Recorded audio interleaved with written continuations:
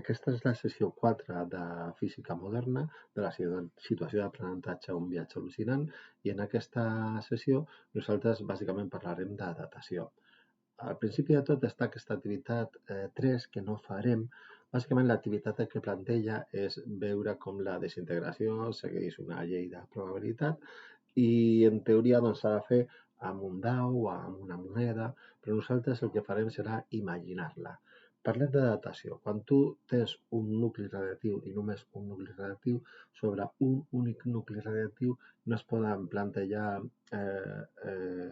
càlculs probabilístics perquè la teva mostra és només d'un nucli. Sí? Llavors un nucli simplement no es desintegra o no es desintegra. Com poso aquí, és impossible determinar de forma exacta quan es desintegra un nucli radiactiu.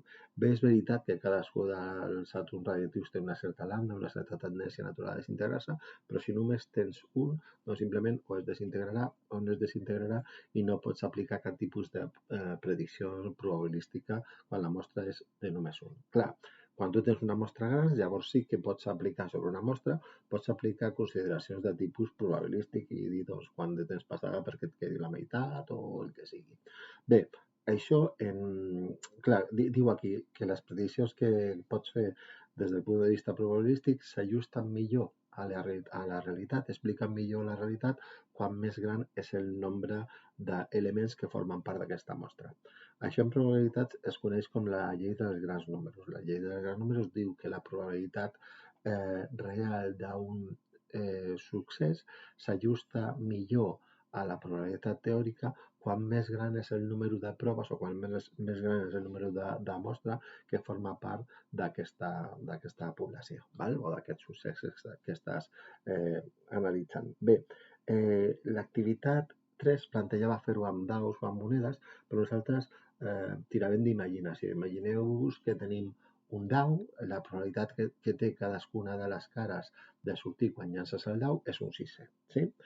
Això vol dir que, en teoria, si jo llancés el dau 6 vegades, hauria d'obtenir cadascuna de les cares. M'hauria de sortir una vegada cadascuna de les cares.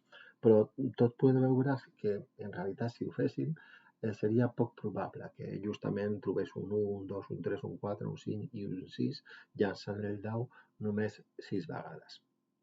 Clar, un 6 és la seva probabilitat teòrica, però la probabilitat real de fer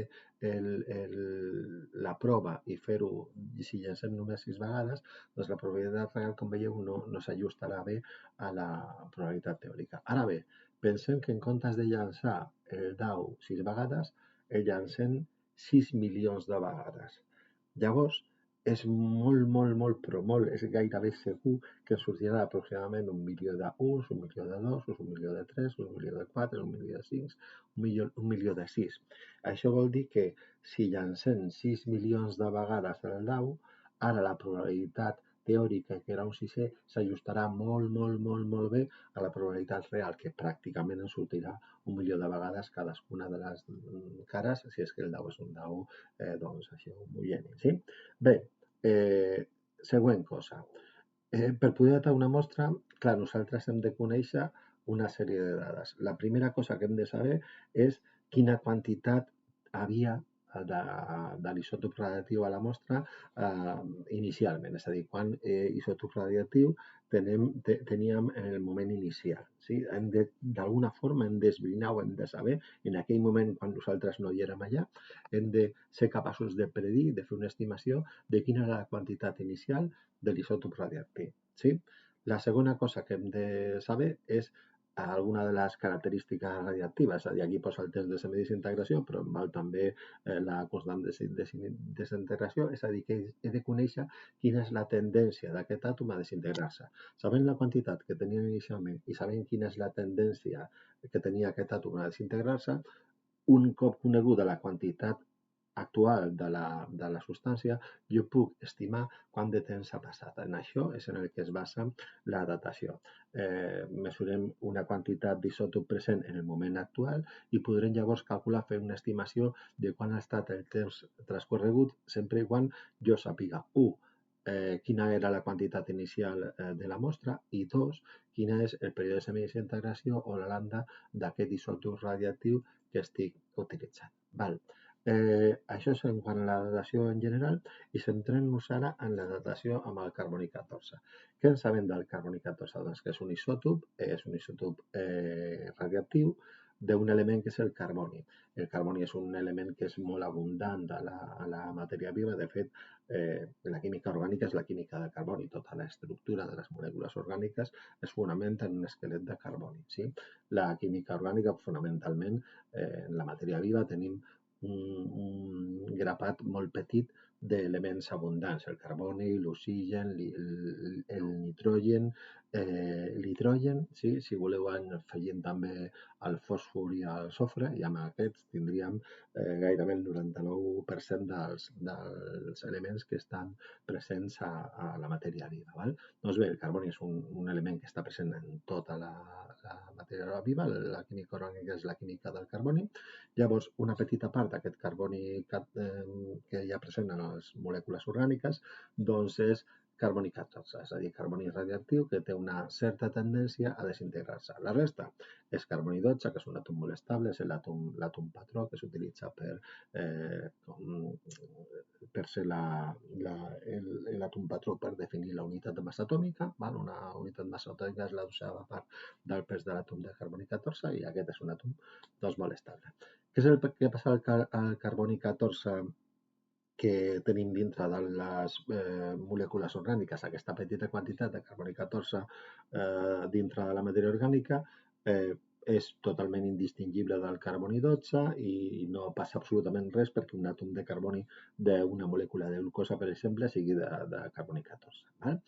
El carboni 14 es va desintegrant de forma natural. És un isòtop radioactiu i, per tant, té una tendència natural a desintegrar-se. Concretament, el carboni 14 té un test de semidesintegració de 5.730 anys. Això vol dir que cada 5.730 anys nosaltres tindrem la meitat del carboni 14 del que teníem inicialment perquè es va desintegrant com ho fa qualsevol altre isòtop radioactiu. Però hi ha una cosa molt especial en el cas del carboni 14, que és que a banda d'anar-se desintegrant, es va generant en les capes altes de l'atmosfera. Com posa aquí, el carboni 14 es va formant en les capes altes de l'atmosfera per l'acció dels raigs còsmics que incideixen sobre la ionosfera, on la densitat de partícules és molt petita, però allà la incidència dels raigs còsmics fa que es generin àtoms de carboni 14. Sí? I aquests àtoms de carboni 14 s'estenen per l'atmosfera i les plantes ho incorporen a la fotosíntesi. Després, un cop el carboni 14 ha entrat a les plantes a través de la fotosíntesi, com que les plantes són els productors primaris, aquest carboni 14 s'estén per totes les cadenes tròfiques. S'estableix un equilibri a l'atmosfera i també a tots els éssers vius d'una certa quantitat de carboni 14. Sí? Llavors, aquesta quantitat de carboni 14 és una quantitat coneguda. Recordeu la primera de les necessitats. 1, saber la quantitat inicial de carboni 14 i 2, saber la quantitat inicial de la substància reactiva i 2, conèixer el temps de semidesintegració que nosaltres el coneguem. A l'atmosfera i als éssers vius s'estableix aquest equilibri de carboni 14 perquè, per una banda, es va generant carboni 14, l'anem incorporant amb la ingesta o amb la fotosíntesi, en el cas de les plantes, etc. Però, per altra banda, també es va perdent perquè té una certa tendència a desintegrar-se. Llavors, tenim una entrada de carboni 14 per l'alimentació o per la fotosíntesi o pel que sigui i tenim una sortida de carboni 14 perquè es va desintegrant mica en mica. D'aquesta forma aconseguim que dintre de la matèria viva s'estableix un cert nivell de carboni 14, un equilibri entre el que es va entrant i el que es va perdent. Què és el que passa? Doncs quan una substància, quan un ésser viu mor, clar, automàticament deixem d'incorporar el carboni 14. Clar, els animals, les plantes i demés, quan passen a formar part de la matèria orgànica morta, llavors ja deixen d'incorporar carboni 14. La gent, quan es mor, té el mal costum de deixar de menjar i deixar de respirar, no sé que estiguem aquí a Walking Dead i demés, doncs els morts ja no mengen. Per tant, l'entrada de carboni 14 queda aturada. Però aquesta aturada de l'entrada de carboni 14 no significa que no segueixi perdent. El carboni 14 és com Terminator. El carboni 14 cada 5.730 anys es desintegrarà a la meitat del que tenim. Sí? Llavors, deixem de tenir entrada de carboni 14 i només tenim sortida, amb la qual cosa és com si el cronòmetre del carboni 14 s'hagués posat en marxa en aquell mateix moment en què l'organisme acaba de morir i a partir d'allà només farà que perdre'n. Si nosaltres coneixem la tendència natural del carboni 14 a desintegrar-se i també som capaços de medir la quantitat de carboni 14 que hi ha en un moment determinat, podrem estimar quant de temps fa que aquell organisme va morir. I en això, fonamentalment, es basa la prova del carboni 14. Aquí ho teniu, comparant la fracció del carboni 14 romanent a una mostra actual en relació al carboni 14 atmosfèric que els organismes haurien de tenir, doncs es pot esbrinar quina és l'edat aproximadament d'aquesta mostra biològica. Sí? Molt bé. Aquí tenim un exemple. Ens parlen que tenim que els isòtops radioactius són rellotges molt útils, es parlen d'unes fogueres que s'han trobat i que volem mirar a veure quina és la seva edat. Llavors diu en un moment determinat, en mesurar l'activitat d'un gram de carboni d'aquestes restes s'esbrina que la seva activitat és de 300 contes per segon. Sí? Diu, el carboni procedent d'una mostra actual de la mateixa espècie vegetal és de 750 comptes per segon. També per gram, la mateixa quantitat, doncs ens diuen una activitat de 300 i una activitat de 750. I em diuen que sabent el període de semidesintegració del carboni 14, que són 5.630 anys, calculem quant de temps fa que aquestes fogueres van ser enceses. Val. La única cosa complicada en aquest problema és un problema que és de llei radiativa, és a dir, el farem amb la fórmula de la llei radiativa, la A és igual a la sub 0 multiplicat per elevat a menys lambda T. Sí? El que passa és que l'única cosa on ens podem confondre és a l'hora d'interpretar que el que és la jo ho agafo com la sub 0 i el que és la sub 0 ho agafo com la A. M'explico. Aquí quan llegeixes això diu en mesurar l'activitat d'un gram de carboni d'aquestes restes arqueològiques. Tu mesures aquesta activitat de les restes arqueològiques i llavors et surt 300. Sí? I després, quan tu agafes fusta fresca d'aquest mateix tipus, et surt que l'activitat és 750. Semblaria que l'activitat inicial seria aquestes 300 que acabes de mesurar en la mostra arqueològica i l'activitat actual seria la que mesures en aquesta mostra actual que acabes de tallar. Sí? Però això en realitat no és així. És a dir, l'activitat de 300 és la que tu estàs mesurant en la mostra arqueològica, d'acord? Però l'estàs mesurant ara. I aquesta activitat que tu mesures de 750 en una mostra fresca, l'agafes justament en una mostra fresca per poder estimar quina seria l'activitat que aquesta fusta tenia inicialment, quan era fresca, quan la van tallar. Ja? Llavors, la que sembla que és la A sub 0, en realitat és la A, aquestes 300 contes per segon és l'activitat actual i la de 750 mesurada en una fusta fresca que semblaria que és l'actual, en realitat és l'activitat inicial. I us diré ara la forma de no equivocar-vos mai.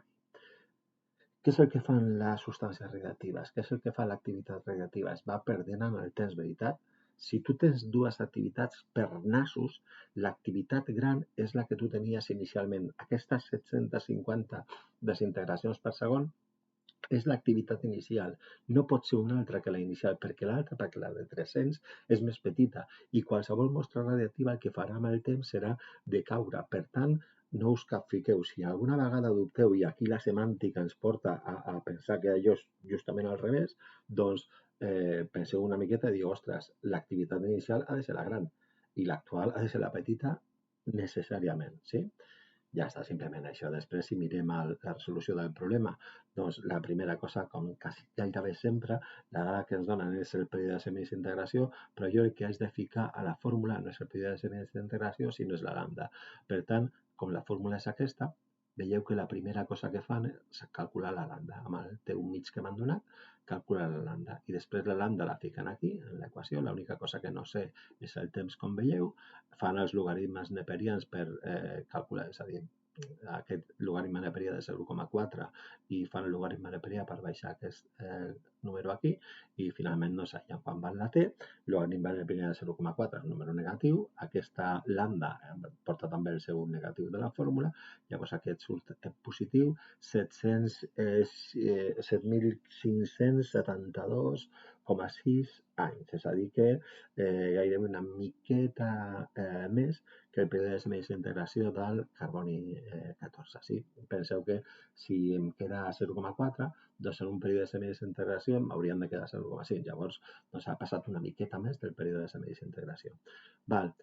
Continuem. Datació en carboni 14, aquesta activitat no la fem, i el que va a continuació són els exercicis.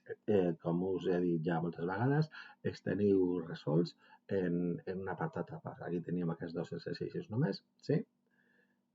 Teniu un vídeo a part per cadascú d'aquests exercicis i aquí teniu els exercicis de deures, que són un munt, però són facilets. Aquests exercicis de datació són, en el fons, exercicis de llei radiactiva i fet un, fet tota la resta. Si teniu en compte això que hem dit, de no confondre mai la A amb la A sub 0, que és l'única cosa que us podria passar, doncs és molt difícil que pugueu ficar la pota en un exercici d'aquest tipus. Molt bé, i aquests serien els darrers, els passo així mica en mica perquè el tingueu i ja està.